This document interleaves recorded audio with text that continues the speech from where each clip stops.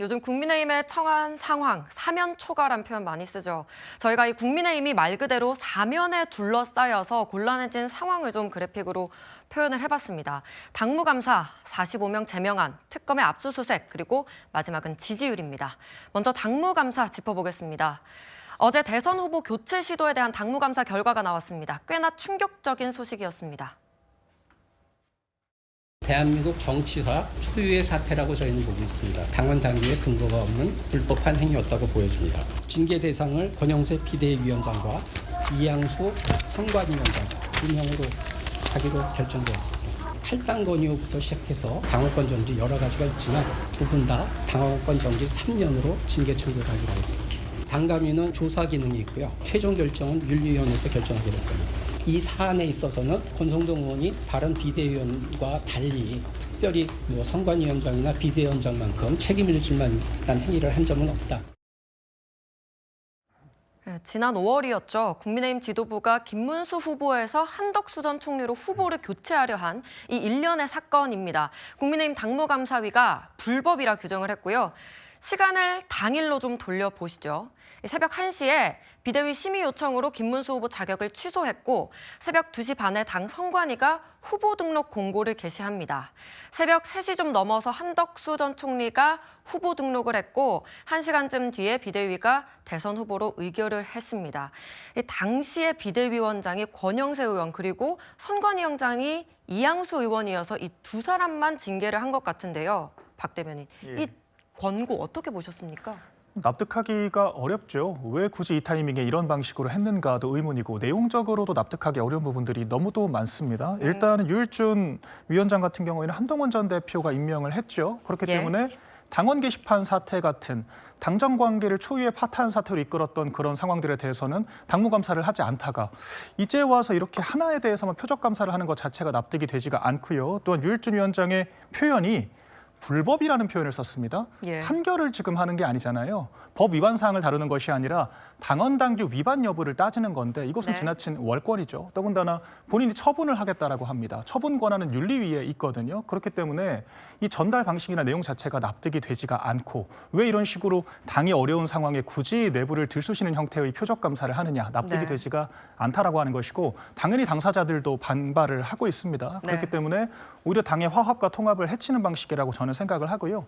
이 후보 교체 사태는 가처분도 기각이 됐고 심지어는 정치적으로도 당사자인 김문수 후보자가 지도부를 함께 안고 가겠다라고 이야기를 했던 그런 건입니다. 또한 이 두 사람 역시도 당장 그 지도부 사퇴로 책임을 지겠다라고 이야기를 했고요. 그런데 굳이 이렇게까지 당원권 정지 3년이라고 하는 중징계를 내릴 사안이냐 굉장히 의문스럽습니다.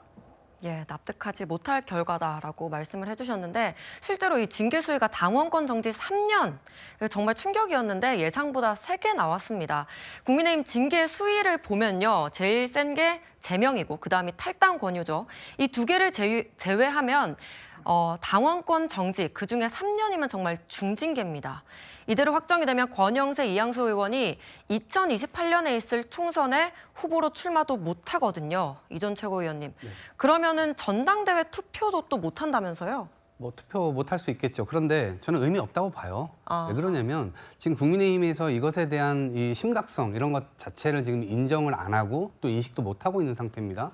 그러니까 헌법 8조 사항에 보면 이 정당의 운영이라고 하는 것은 민주적 기본 질서에 위배돼서는 안 된다. 만약 위배되면은 위헌정당 심판까지 받을 수가 있는 거거든요. 그런데 우리가 당내에서 경선을 왜 합니까? 지지율 높으면 지지율 높은 후보 그냥 하면 되죠. 근데 한덕수 국무총리가 당내 인사는 아니었지만 지지율 높다는 이유로 바꿔치기 하려고 했던 거 아닙니까? 그게 심각한 사유라고 본인들이 만들어 놓은 이 당원당규 74조 사항, 74조 2항 그거 지금 적용해가지고 이렇게 한 거 아니겠습니까? 근데 저는 그럴 것 같으면 경선을 왜 하느냐.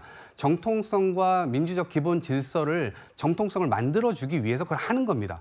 이거 경선 해보나 마나 뻔한 후보자가 있음에도 불구하고 정당들은 그런 행위들을 합니다. 그것은 민주적 기본 질서에 위배되지 않도록 하기 위함과 정통성, 정당성 이걸 만들어주기 위해서 하는 것인데 그렇게 해서 후보가 뽑혔는데 그걸 완전히 깡그리 무시했잖아요. 그러니까 이번 대선도 대통령이 헌법이라고 하는 선을 넘어가 버렸는 그런 상태에서 치러지는 대선이었는데 당원 당규의 선을 그냥 지도부가 완전히 확 넘어가 버렸어요. 그러니까 이 문제가 이렇게 불거진 것인데 제가 아까 의미 없다고 얘기하는 건 아무리 센 징계를 내리던지 간에 지금 이 실권을 갖고 있는 친윤 세력은 나중에 징계 취소 그냥 할 거거든요. 그러니까 지금 우리가 얘기하는 것도 뭐 무슨 엄청 세게 맞은 것처럼 하지만 예. 지켜보는 입장에서는 그냥 약속 대련처럼밖에 보이지 않는다. 약속 어차피 대련, 나중에 예. 취소될 건데 이런 그런 생각이 듭니다.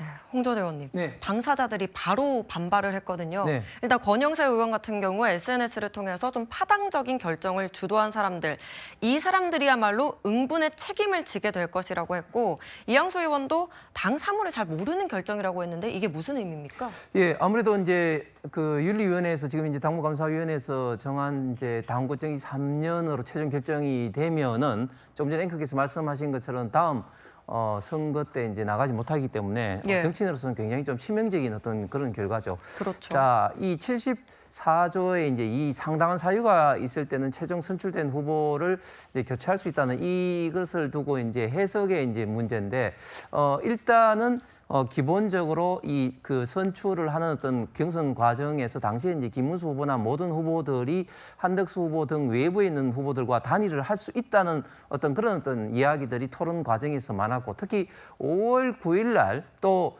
당원들의 전체 이제 투표가 있습니다. 투표를 했을 때 제 기억으로는 82.3%가 이제 단일화에 이제 찬성을 하게 됩니다. 그래서 이제 그것을 근거로 해서 예. 이제 5월 10일 날 조금 전에 화면에 나오는 것처럼 이제 이제 교체 어떤 교체. 시도를 하고 그것도 최종적으로 또 당원 어떤 투표로 하게 되는데 과연 모든 결정 자체를 당원한테 물은 것이 과연 당시 당 지도부에 정말 책임을 돌릴 수 있는 상황이냐. 물론 뭐 새벽에 공고를 하고 하는 그런 어떤 절차적으로 매끄럽지 못한 부분이 있다 할지라도 본인도 동의를 했고 그다음에 당원들한테 이 단일을 하겠다는 것까지 투표로 해서 이제 절차를 진행시킨 것까지도 당시 당 지도부의 책임을 지울 수 있는 상황이냐 이런 것에 대해서 네.